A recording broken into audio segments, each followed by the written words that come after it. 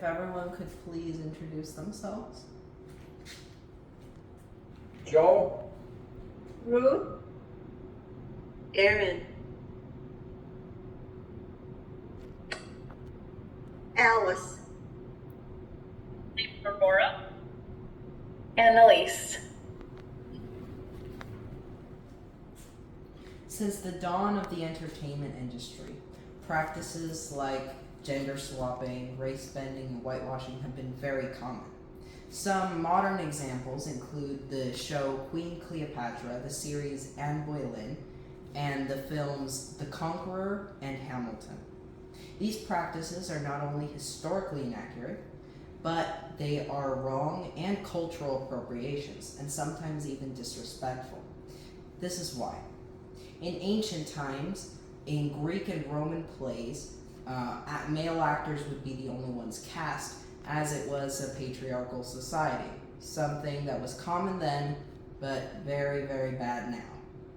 Later on, theaters in Europe, particularly England, would mimic African, Indian, Native American, and Arab peoples by dressing in stereotypical outfits, what we would now call racist.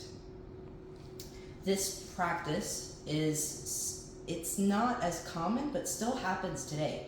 It is called blackfacing or red-facing. The first historical dramas, which were created in the early 1900s, thanks to the advent of the camera, were also very notorious for being whitewashed, meaning that it was a white-only role. One famous example of this, which is notorious for being one of the worst films ever created, was called The Conqueror. It was a very bad plot, but in addition to that, had a white actor cast as Genghis Khan, a far cry from a Mongolian warlord. In modern times, this has definitely improved, as can be seen by many, many ethnically diverse films. However, this has led to another issue: too much diversity. And historically, European or Middle Eastern characters are swapped for African American or Hispanic actors.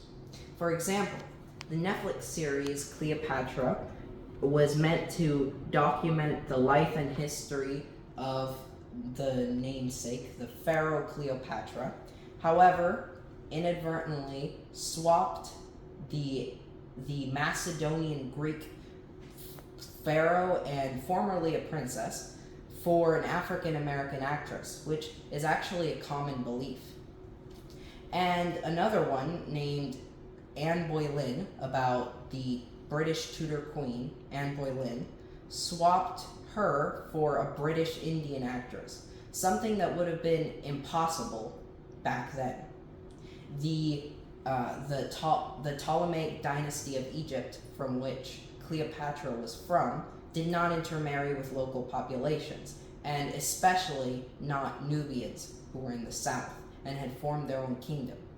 And an Indian in the 12th century England would have been almost impossible. Why does this matter? After all, it's just a movie or a series. Well, these practices distort history, and since it is far more available than for example, a scholarly article, and it's much more entertaining to watch, it is more available to the masses. Some people have been offended by this practice. For example, when the Queen Cleopatra show was released, the entire nation of Egypt sued Netflix for their portrayal of Cleopatra. This practice can be interpreted as disrespectful, and it is historically inaccurate and can even lead to confusion later on. So this is why that is just not all right, and why we should take great care to consult the original sources, because in those times, race was different than we see it now. There wasn't black people and white people. It was nationality or family lineage. It is the best course of action to stay faithful to historical fact and to consult the descendants who still exist. For example, all of the controversy all the controversy about the show Cleopatra could have been avoided simply if the creators had consulted the Egyptians or the Copts, who still exist in the original Nile deltas.